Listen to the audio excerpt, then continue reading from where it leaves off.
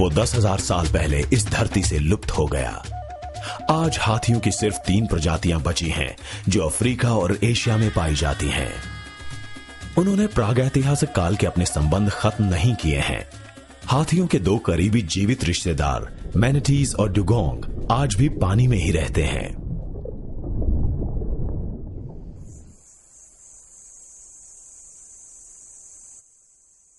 Africa के हाथी सहारा मरुस्थल के दक्षिण में रहते हैं और कुछ सवाना के हरे घास के मैदानों में।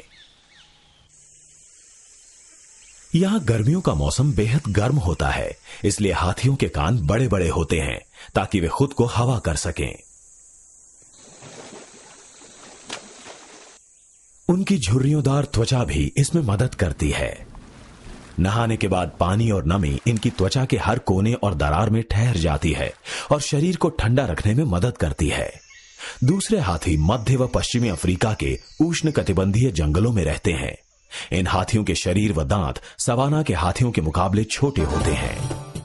एशिया में इन हाथियों के ममेरे या चचेरे भाइयों के शरीर भी आकार में छोटे होते हैं। उनका शरीर एशिया के वर्षावनों की नमी के अनुकूल होता है। यहाँ शरीर को ठंडा रखना आसान है। इनके लटके हुए कान अफ्रीकी हाथियों के कानों की तरह लंबे नहीं होते। इनकी भूरी त्वचा पर झुर्रियां भी कम होती हैं।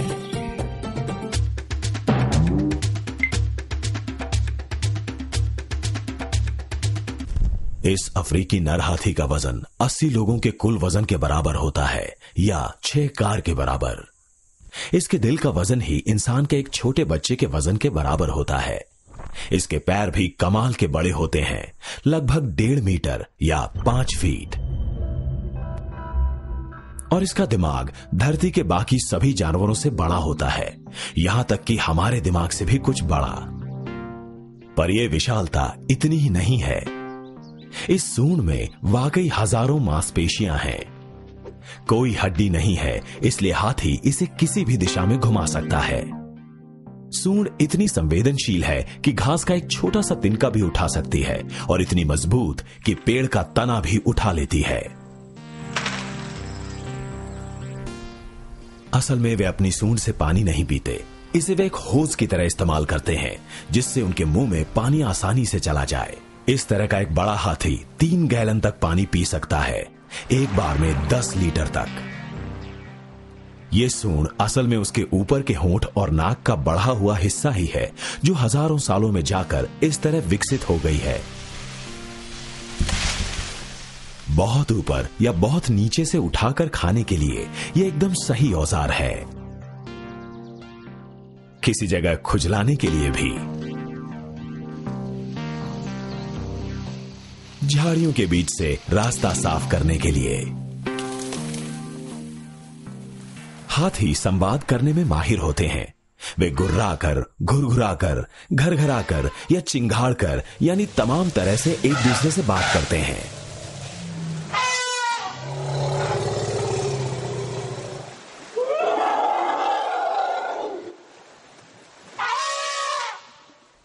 घरघराने व चिंघाड़ने आदि की आवाजें एक तेज पुकार चेतावनी देकर झुंड को इकट्ठा करती हैं।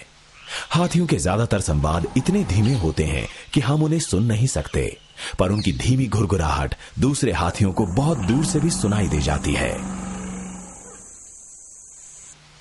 वे अपने गद्दीदार पैरों की कोमल त्वचा के माध्यम से भी कंपन अनुभव कर आपस में संवाद कर सकते हैं। ये जनाब तो दिन भर खाकर ही अपना दिन बिताने वाले हैं। हर रोज 400 पाउंड यानी 180 किलो खाना। मतलब ये कि हाथी बहुत सी बदबूदार मीथेन गैस छोड़ते हैं और बहुत सारा गोबर तो करते ही हैं।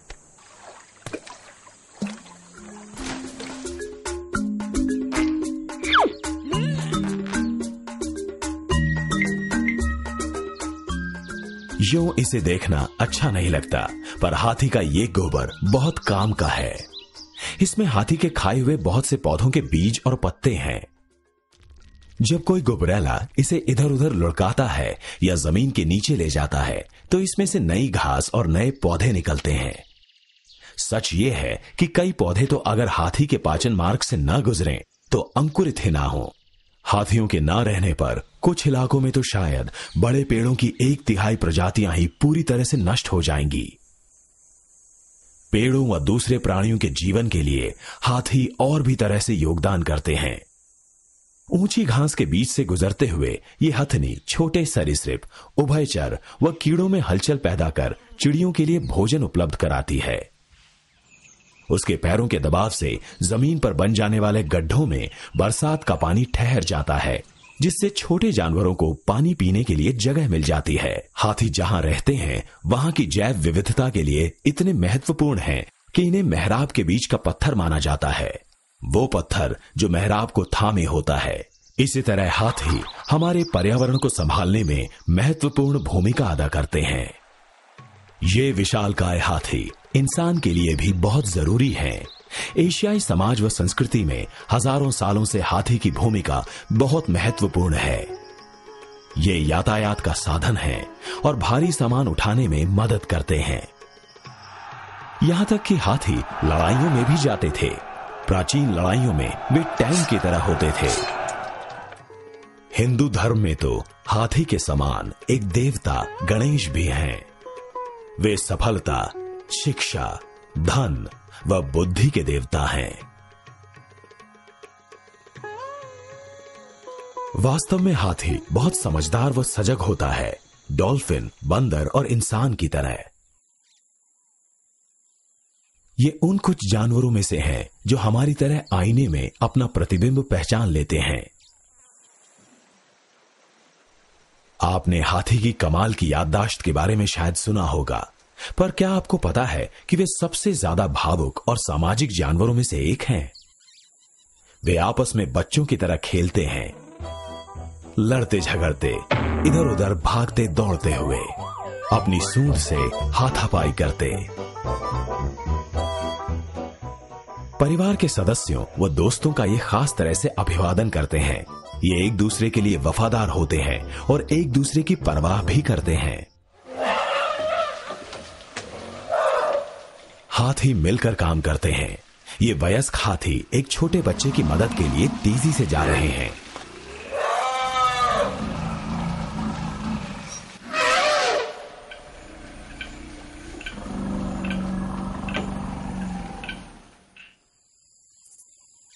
हाथी जीवन भर पारिवारिक समूहों में एक साथ रहते हैं। झुंड में ज्यादातर वयस्क हथनियां व उनके बच्चे ही रहते हैं। जब नर हाथी बड़े हो जाते हैं तो वे झुंड छोड़कर ज्यादातर अकेले ही जीवन बिताते हैं। उम्र व आकार में सबसे बड़ी हथनी महामाता कहलाती है। ये सयानी दादी झुंड की मुखिया है। ये जहां भी जाती है दूसरे लोग उसके पीछे जाते हैं। वही तय करती है कि झुंड कहां खाएगा, कहां पानी पिएगा और कहां आराम करेगा। अपनी वर्षों की याददाश्त व अनुभव से वो जानती है कि सूखे के समय पानी व खाना कहां मिलेगा, और दूसरी चीजें भी झुंड की भलाई के लिए।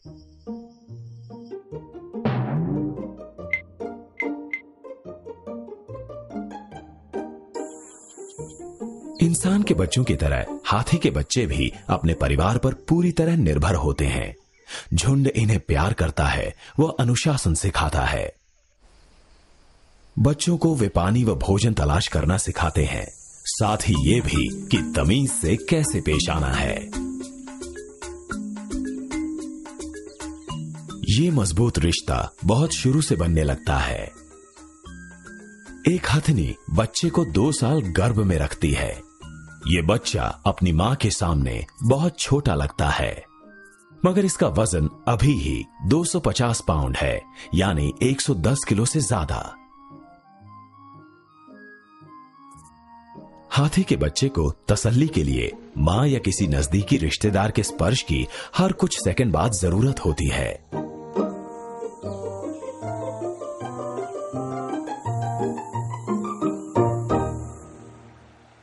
इसे मां 4 साल तक अपना दूध पिलाएगी। शुरू में बच्चों को पता ही नहीं होता कि वे अपनी सूंड के साथ क्या करें। ये इसे बिना किसी नियंत्रण के यूं ही इधर उधर या गोल गोल झुलाते रहते हैं। कई बार ये इस पर पांव भी रख